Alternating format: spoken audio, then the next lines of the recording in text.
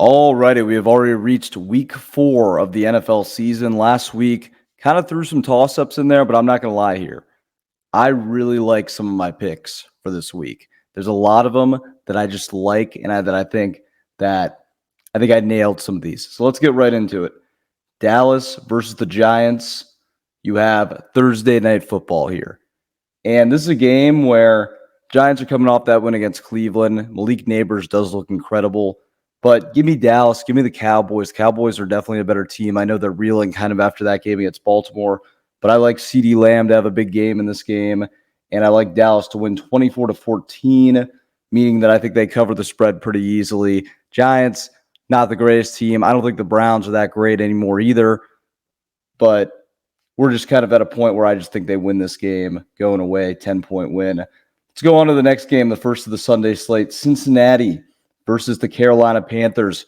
Andy Dalton's big return to playing against the Bengals. And that's interesting. You saw what Carolina did to the Raiders. But at the same time, I think the Raiders went into that game with a different expectation. I think the Raiders are not that good, and that's why I think Carolina kind of blew the doors off them. Cincinnati's 0-3. If the last game wasn't a must-win, this is an absolute must-win. So I'm going to take Cincinnati here, 28-20. A little closer than you think because you do have that factor of Andy Dalton being kind of the old quarterback in Cincinnati, but I think that they win 28-20. Next up, we have the Browns and the Raiders, and I think that I'm going to take the Browns here. They looked horrendous, but the Raiders looked even more horrendous than they did, and I think they edged them out by 1 point.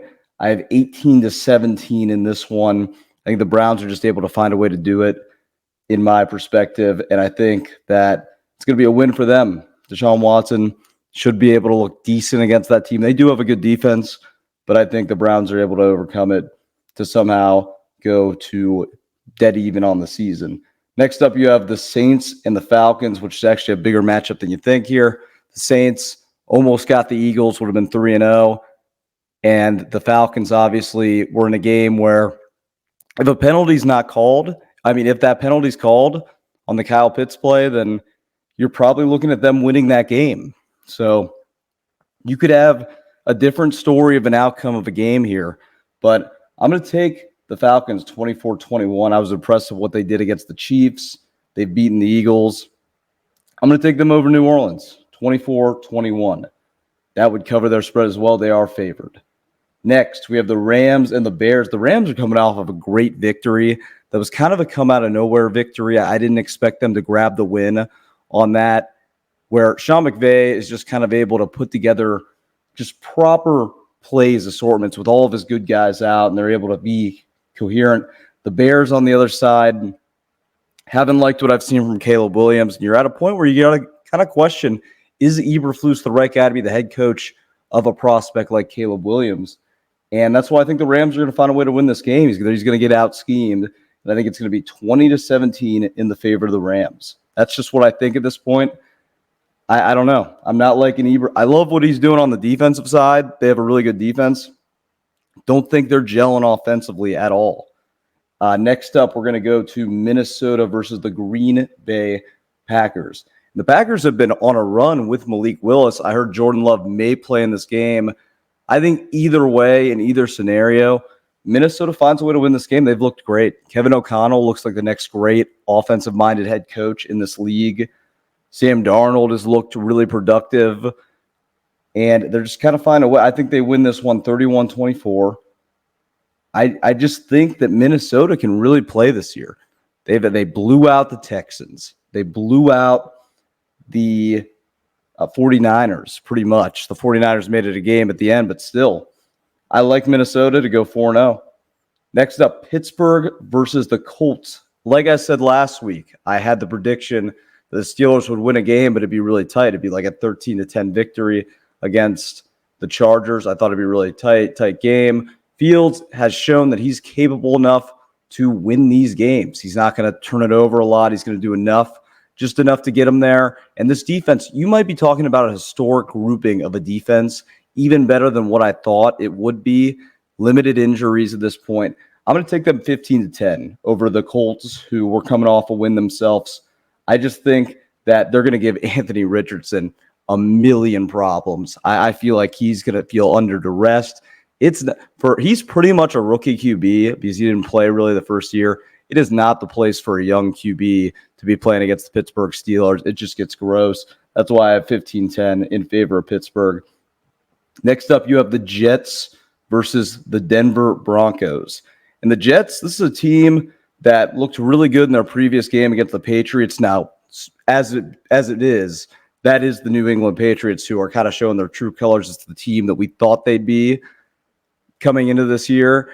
And their other win was, of course, against the Tennessee Titans, who I think are not too good. But at the same time, Denver, I think the Jets get this one 24-10. Denver looked good in their last game. Bo Nix kind of came into his own, but I think the Jets are just better than them, and I think it's going to show on the field. 24-10 in the favor of Jets. Next up, you got a good matchup here. You got the Eagles versus the Bucs. And the Bucs obviously coming off kind of a tough loss, but a game that definitely kind of they let slip, and it wasn't the greatest performance. And you look at a Philadelphia team that kind of barely has gotten some of these wins that they've gotten to early in the year. And I think Tampa Bay wins this. I think Tampa Bay wins this 24-21. I think Baker is going to expose that defense. The way that he's been throwing the ball against certain teams, and just the receiver, Godwin's been really good. Mike Evans, that Philadelphia defense is bad, in my opinion. I think that Baker's going to throw. Give me Tampa Bay 24-21. I have a good feeling about it. I have a good feeling about that one. Jags Texans. Jags might be debatably with the Panthers playing better with Andy Dalton. They might be the worst team in the NFL. They might be. They have looked horrendous so far. Horrendous.